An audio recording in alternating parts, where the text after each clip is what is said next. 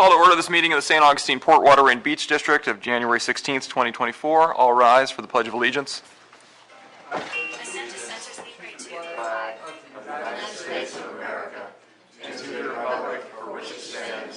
One nation, under God, indivisible, with liberty and justice for all. Commissioner Thompson, do you want to lead an invocation? Yes, thank you.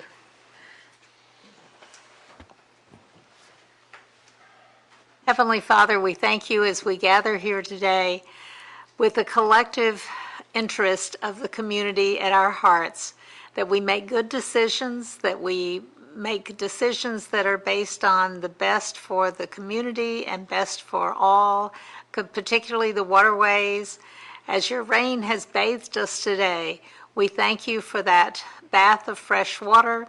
I'm reminded of Noah's Ark as I was riding through the splashing streets, and we thank you, Father, for all of the systems that works with us for water. Amen. Thank you. Roll call. Commissioner Rivers? Here. Commissioner Way? Absent. Commissioner Brown? Here. Commissioner Thompson? Here. Commissioner Bender? Here. Great. Next is adoption and approval of agenda. Do any commissioners have any modifications, changes, or otherwise for the agenda? Hearing nothing, do I have a motion to approve? I move we approve the agenda. Second. Second. All in favor? Aye. Public comment? No? Government representative comments?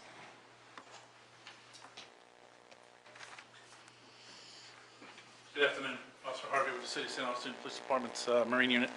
I wasn't here last month, and I know with the discussion over our allotted $8,500 for the year that we've already used $4,000 of that. I've tracked down that money and figured out why that was. The Assistant Chief does all the finances for us, and the summertime is when we use the majority of that money. He sent the bill to you, Elise, after October 1, so it didn't go on last year's, it went on this year's. So that was where the difference came from. So we're aware that there's only $4,000 left. Thank you. Any questions for PD? No? Okay. Thank you. Any other government representatives?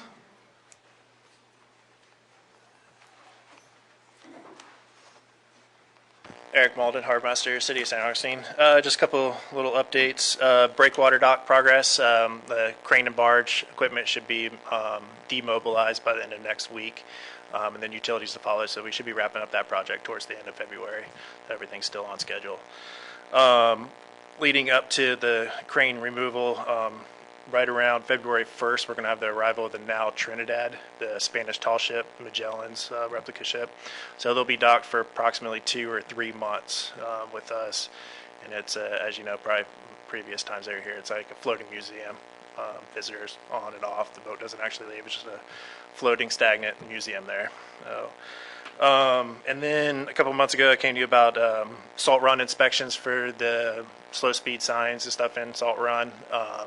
Mr. Meeks gave me the blessing to go ahead and proceed with those inspections, so I should have that report to you by the next meeting. But I don't expect really any issues with those. And that'll go to FWC Waterways, and I'll copy you on all that. That's all I've got. Very good. Thank Thanks. you. Any other public officials? No? Sheriff's Office? City Fire? Nothing? All right.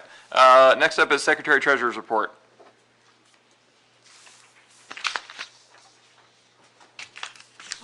Okay, and the committed funds for the city, police, law enforcement overtime. Committed 8,000, we spent 4,000 of that. The sheriff's department overtime of the 25,000 that was budgeted, 5,000 was spent. Derelict boats, 2,800 was spent. The unspecified marine projects was Dolphin Drive, the Walkover, and the Regatta of Lights. That came to 188,000. And in the Florida State Board of Administration, there is 24,861. In the operating account, there is 849,828. And in the money market account, there's 1,119,000.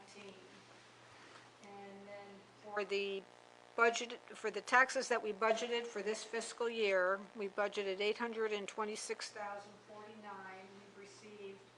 $264,872. We're expecting $561,000. Good. Any questions or comments on that? No? Good. That brings us to approval of minutes for the December 19th, 2023 regular meeting. There was a late correction, but otherwise, does anybody have any additional corrections or modifications? No? There's one thing that I noticed. We referred to the county council, and I think it meant the county commission. Is that correct? Yes, sir. Okay. Well, I think that should be changed to commission, because it's really not the county council. Understood. Good. So, Tom, you want to move to make that, accept with that change? As amended. Great. Second. That's a second. All in favor to approve as amended? Aye. Good. Engineering report. Sir, couple of updates. First of all, a reminder that the FIND social is this Thursday. It's over at the Volano Hyatt, and they'll be followed by the FIND board meeting for this month, which will be at the same place on Friday morning.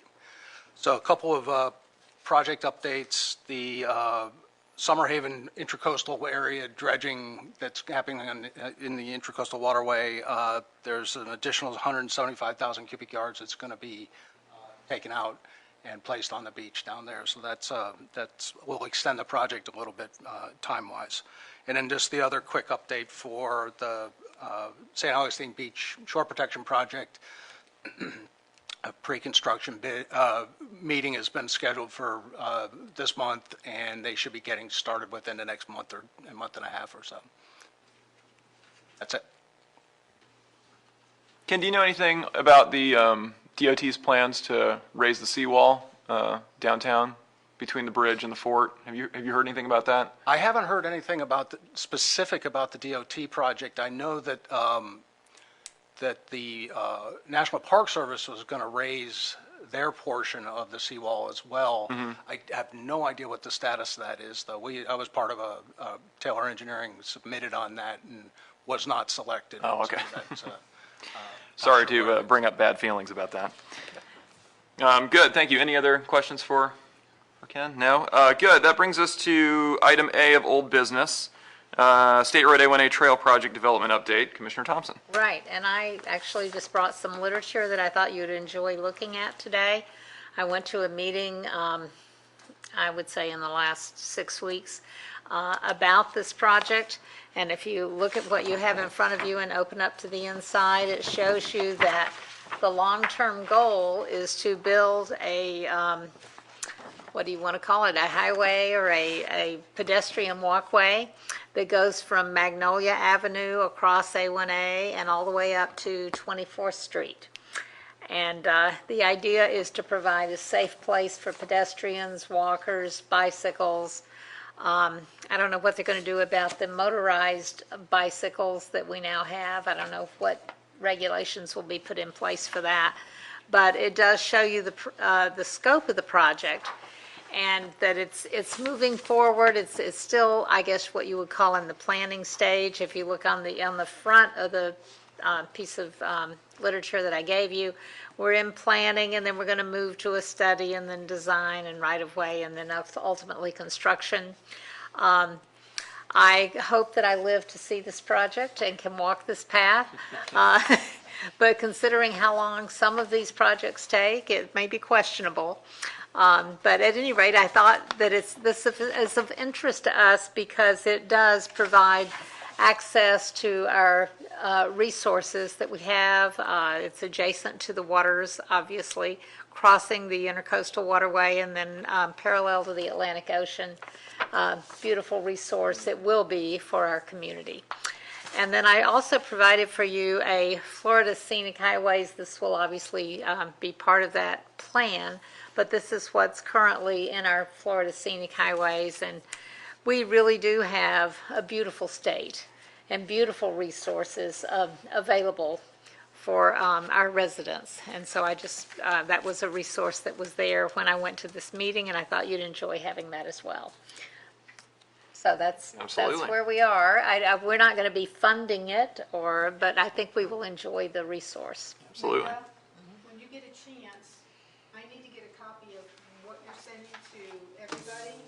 You can have Chris's. Actually, there's a spare one over here too. I have, That's for Chris, because I have to have one for the court records. Right, okay. So there you go.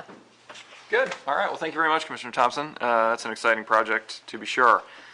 Next up on old business I'd like is. to comment on this. Sorry. Go ahead. This first. It looks like the main change is a sidewalk, because you've got the walkway over the bridge now. I'm thinking it's going to be wider and have some sort of protection. If you look at like picture 4, it looks like there'll actually be some protection from vehicles provided there. And I think it's going to be a wider than the sidewalk that we have. I think they give you the dimensions actually as you look at that.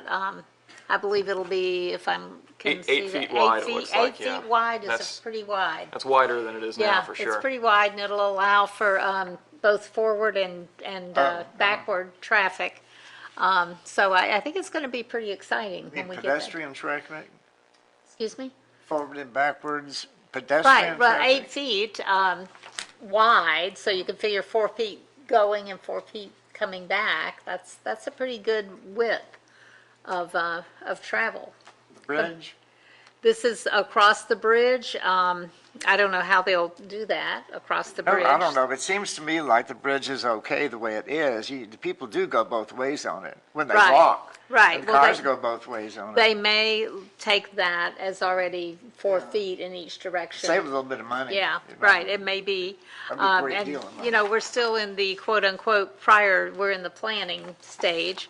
But all in all, you're going to have some sort of pedestrian walkway that's about 8 feet wide to go all the way up to 24th Street and back. That will be new. Yeah. That will be new. Yes, Yes. that will be new and exciting. Okay, thank you. So, Whoa. Chairman, on that Yeah, go ahead. Also, I listened to the online presentation on that Thursday night, and there were only a few comments, but one person commented that they wanted it wider from 24th Street down to Volano Beach for golf carts. And the next person called in and said, we've waited long enough, let's not have any more delays. Yeah, that's a great point. All of this is open to public comment, has been and will continue to be. So make your voices heard. I've submitted comments on this one as well. It's worth weighing in. Not enough people do, and the ones who do often say things like they want it to be a golf cart highway. So right. make your voice heard. In which case, the pedestrians need to Right. step aside. Right. Good. Any other comment on that? Thank you, Commissioner Thompson. Next up, Ms. Gann with a Summer Haven update.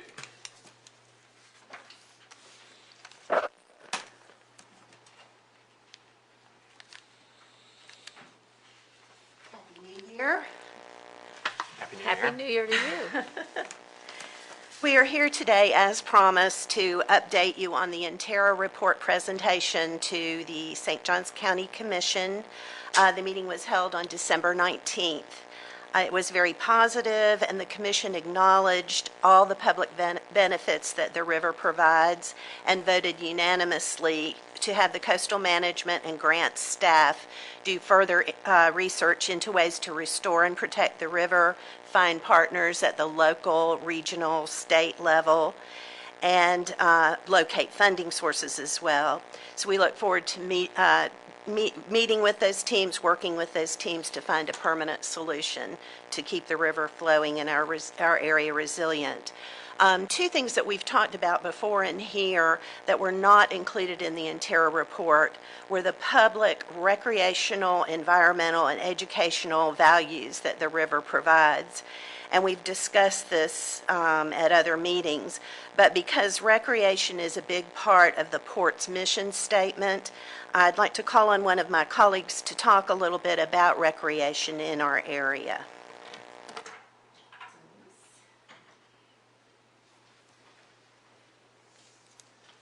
Hello there. I'm Denise Cochran. I live at 283 Barataria Drive.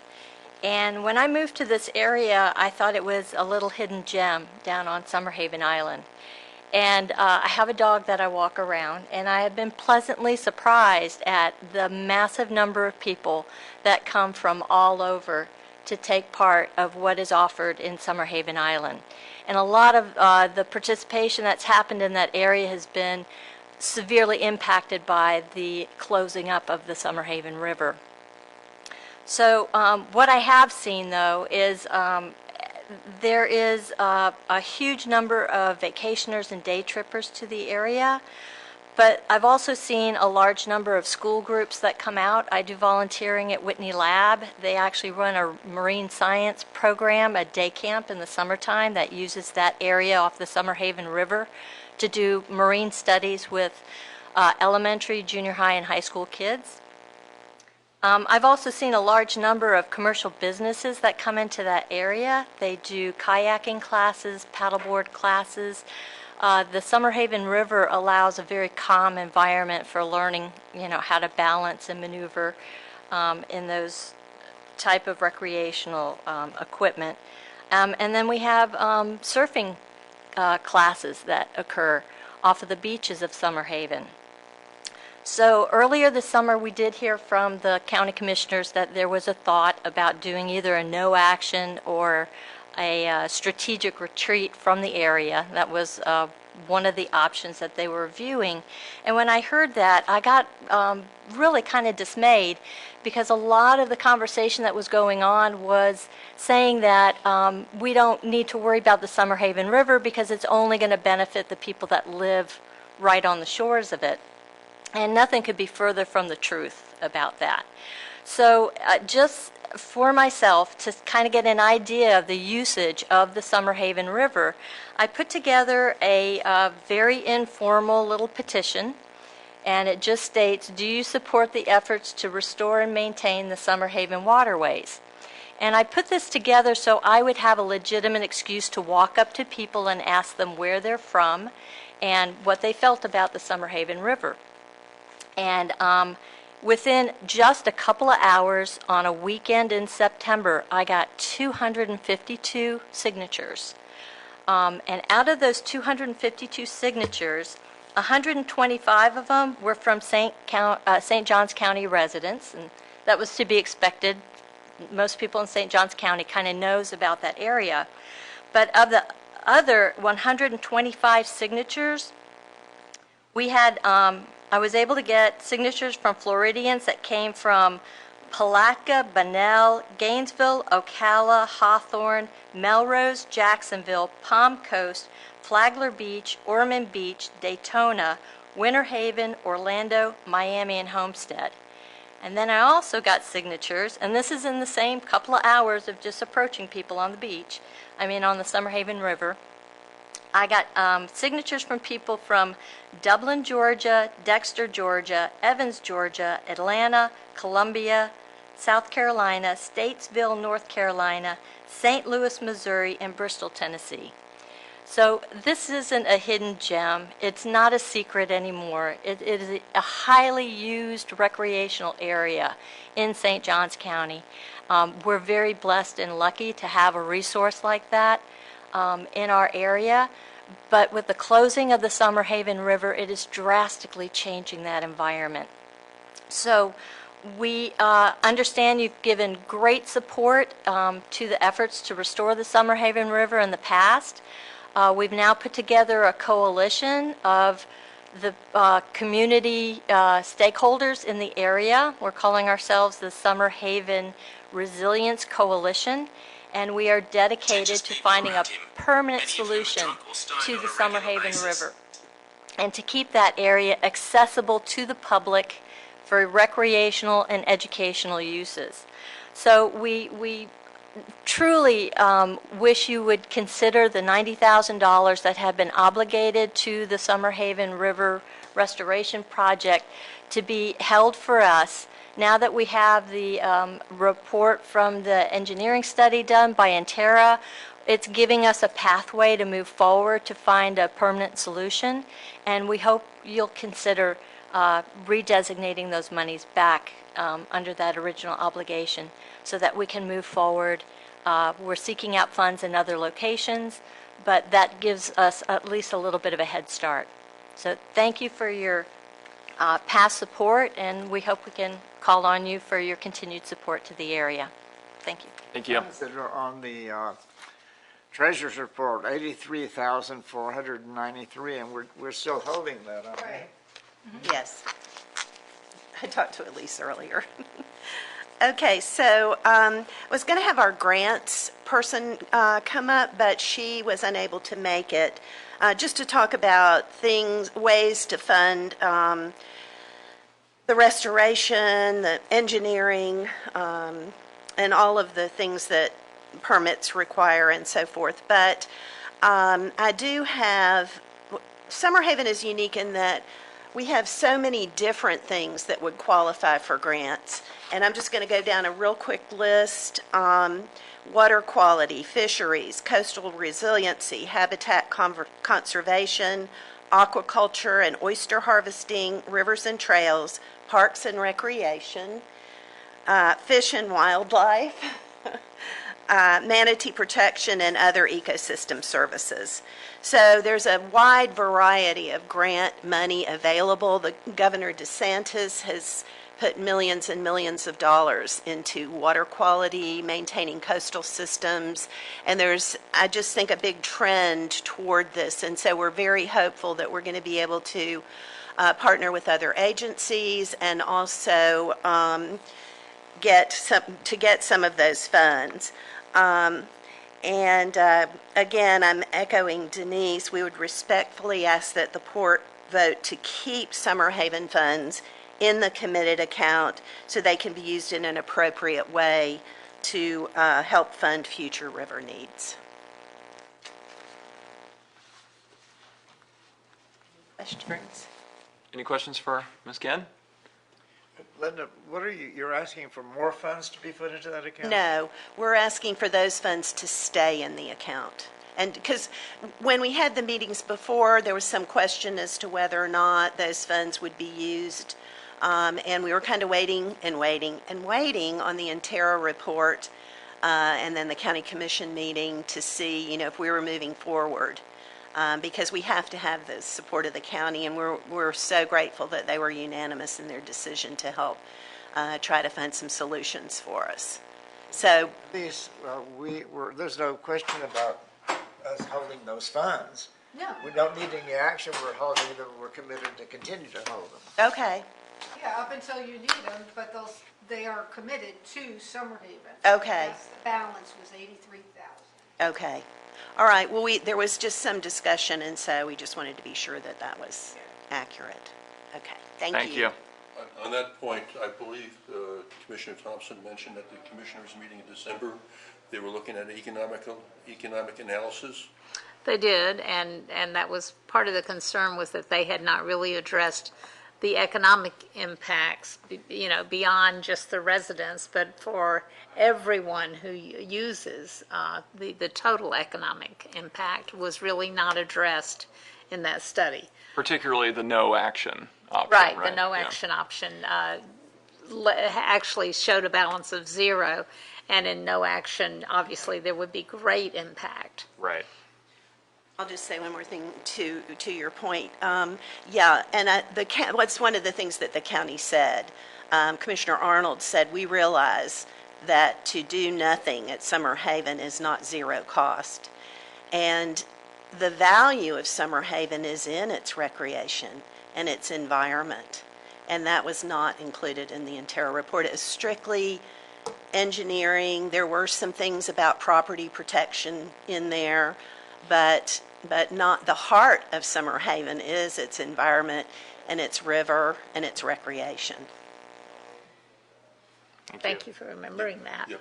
I raise that point because I don't see us doing anything in terms of removing any committed funds in this case until the county gets the next series of studies done. Right. Well, that's a great segue into new business, which is discussion of de-obligation of committed but unused funds, which I believe you added. Did you want to go ahead and take away? On that, I just wanted to point out, I have a copy for you, Elise. In the City of St. Augustine Beach report for the city commission meeting dated January 8th, I'll read one paragraph on that. On a related matter, it concerns repairs to the beach access boardwalk. The commission has appropriated $25,000 for this project, being the City of St. Augustine Beach. The Assistant Public Works Director and City Manager asked the St. Augustine Port, Waterway, and Beach Commission as December 19th meeting to reallocate for the repair of some of the remaining $80,000 and has provided to construct new boardwalks. The Port Commission agreed to provide $25,000 match for repairs only, nuts and bolts. The city will pay an engineering firm to do structural evaluation of the boardwalk. I raise that point because in this case, there was in the minutes movement to motion to accept the city's proposal, City of St. Augustine Beach, to end the dune walkover work as it currently exists and cancel any amount of the funding grant by the district that has not yet been used. Was made by Commissioner Thompson, seconded by Vice Commissioner Way, and passed by 5-0 vote. So money was moved, and then it was then committed for the walkover. Right. In that point, there was still money left. Reading their report, they being the City of St. Augustine Beach, it implies to me they think that money still exists in a committed account for them in terms of any confusion. And I raise more of a general point, since I'm new to the commission. You have a lot of projects over a lot of years. When the project gets to the tail end, is an engineering economic analysis made on the project to see what committed funds are still sitting in somebody's account? Well, I believe that they're committed on paper, on budget, but we still hold those funds. And with specific respect to the funds in that project, we held a vote to uncommit them. So they are still, we're always in our bank account the whole time. The city never came to us for that last bit of funds because they ended up bailing on the last few walkover projects. But we still have that money. It was never held by them. And part of the discussion is that when they do the engineering analysis, I had heard some initial costs for the engineering analysis, and then in talking with the city engineer after that meeting, it appeared in the January meeting, it appeared that they are going a different route to look at an engineering analysis. So until that's done, you don't really know what the total costs are for the project. Right. And I'm also getting into, the money may be sitting in an account, but when does a time come that the final dollars are de-obligated for new projects? Elise, or actually, Yeah, Clay? just one additional point. Over the last year, I can't remember which meeting it specifically was, but I believe Chairman Brown led the redrafting of the grant application, which was ultimately approved by the full group, which indicates in it, if I remember correctly offhand, if not otherwise specified, the grant funds allocated expire after 1 year. Right. And I believe it's at a section where the applicant has to sign right next to it. So it's clear if the district doesn't say otherwise, these are good for a year. If you haven't used them for a year, they're gone. Right. Now, that is a recent development that occurred subsequent to This the project, 84,000 dealt with Summer Haven, yes. Yes. So you have a way of taking care of projects in the future, but the projects in the past, has there been an accounting of what dollars may still be available in any of the projects over the years? Because I know you get into change orders, and things happen to use up some more of the money before the project is totally financed. But has an analysis been done on projects over the years of how much money, if any, is available in accounts? No, because every year when we do projects, when they do projects and they allocate funds, they use it. They use it all. But if they don't, once the year is over, because we are budgeted, it doesn't go over to another year. If it's not used that year, it's not used. Then you have to come back and re-ask for Right. for the funds. Yeah, every budget year, it automatically resets. That's why the city of St. Augustine, for instance, has to come to us 3 years consecutively to get their $150,000 that they use for the salt run dredging every year. Okay. Does that answer your question? It's a good catch. I think our noses are clean Well, as far as also, I that is noticed concerned. with the application that was revised, it requires an entity who receives money to also state how they will maintain the project and the source of the capital to maintain that project. Because was an issue with the Ocean Hammock Walkway. It was built in 2008, and minimal maintenance was done over that period of time. Right.